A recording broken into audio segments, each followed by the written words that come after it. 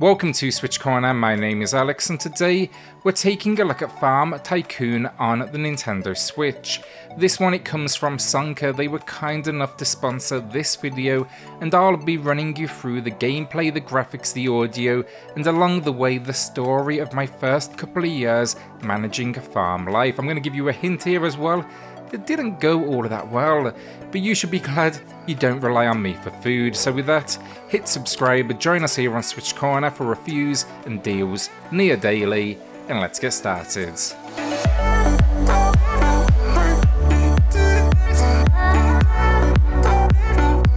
Story then, and yes, while there's really no dedicated story as such, it does at least set the scene, and that is, your farm has been destroyed. It was well loved by the family, and while you never saw farming in your personal future, they've asked you now to set out and save the family business. The father here kind of acts as your guide through the campaign and pushes things forward.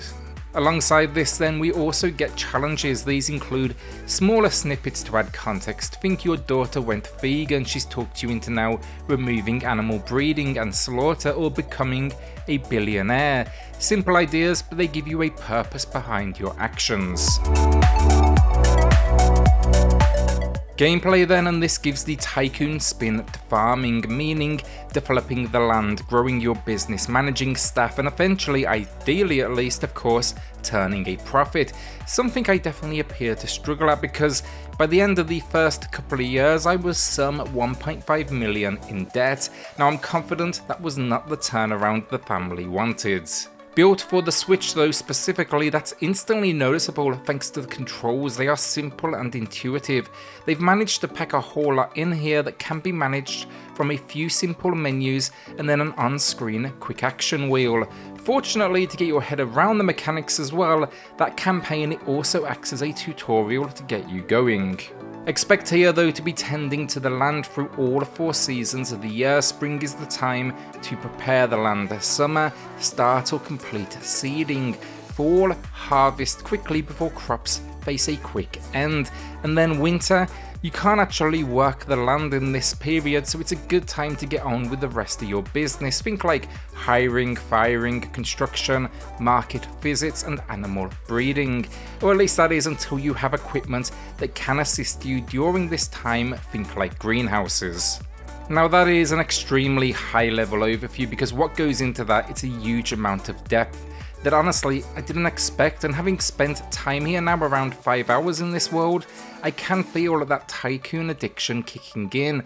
I know I haven't seen everything, it's just the beginning, and now I want to keep going. I also know nothing about farming as well, but I started to take a real interest in this day-to-day life. Campaign mode though, that would be my suggested starting point. As I said, it acts as a tutorial, your father guides you, and it's so valuable as someone new to the experience. In the opening moments, you'll quickly learn how to repair structures, how to build and tend to crop fields, how to buy seeds, how to look after animals, and what to do when these animals they fall sick or maybe ready to even add a few babies. I even constructed a wind farm to keep things green. It's a system that basically gives you a direction, so it's nice in that kind of beginner step sense, but it still allows you the freedom to go off course should you choose and add a few extra items or maybe roll out a few different strategies. You'll quickly get used to that quick action wheel as well, and that has everything from construction to demolition to the market and a whole lot more to explore. Before I knew it though, I had multiple structures, a tractor and full-on equipment, and life was good. Things were going smoothly, at least that was the case until fall came along and then winter hit. My crops died, my staff could no longer go to work, and my bank account it was dwindling.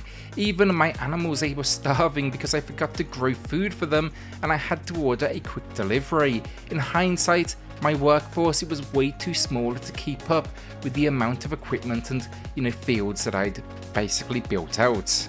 Another bad move, I had the game powering through things at 4x speed.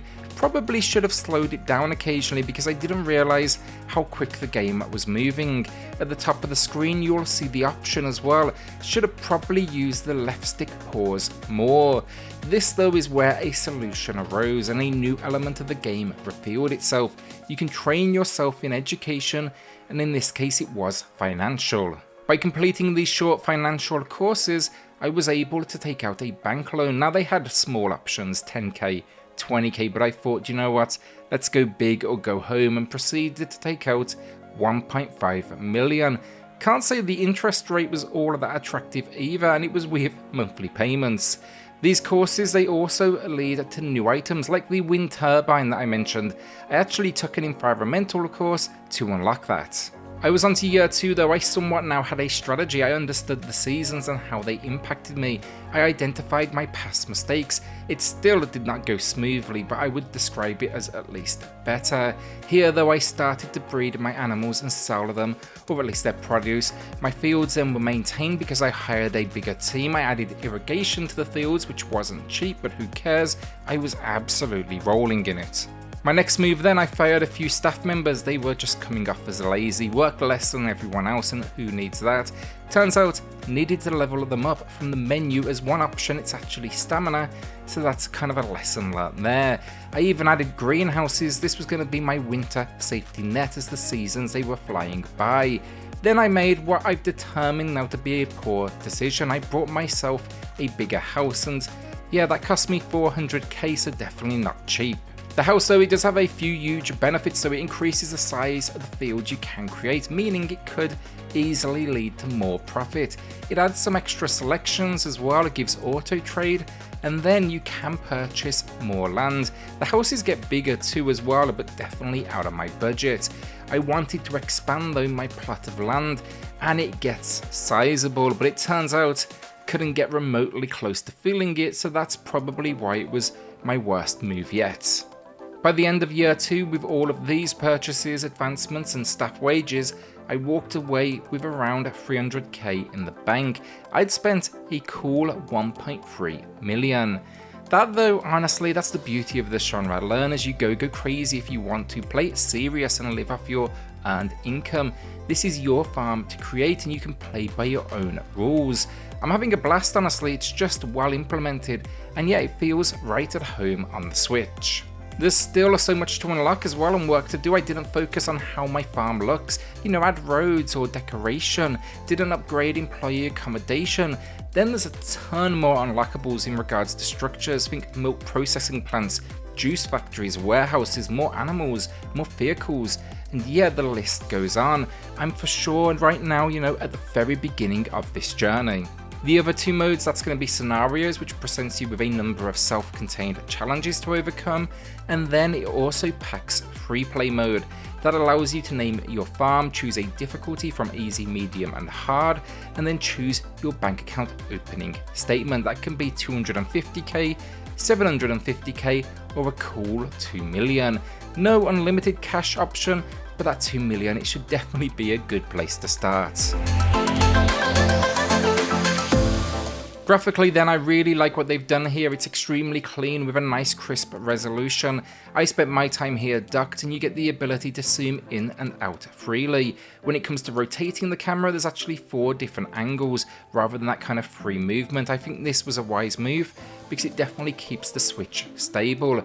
I always enjoyed zooming in as well when my team were going to work, just kind of watching their animations play out. It's surprising how much entertainment you can find in watching someone jump in a tractor and basically off they go.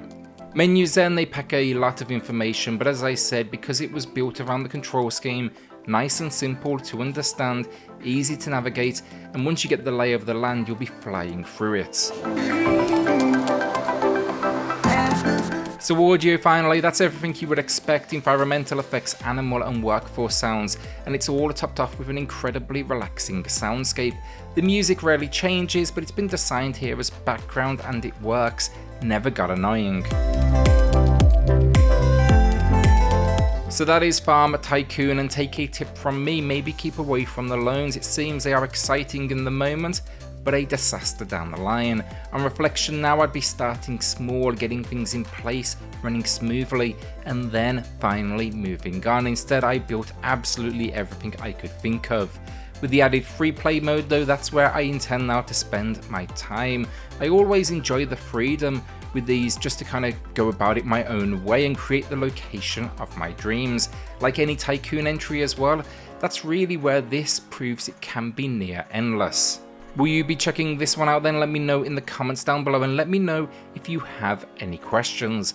With that though, a shout out to the patrons of the channel who are going above and beyond to support SwitchCorner. It helps more than you know, so thank you all so much. Then hit subscribe if you love the Switch as much as we all do here. Join our growing family, and I'll see you all on the next video. Thanks everyone.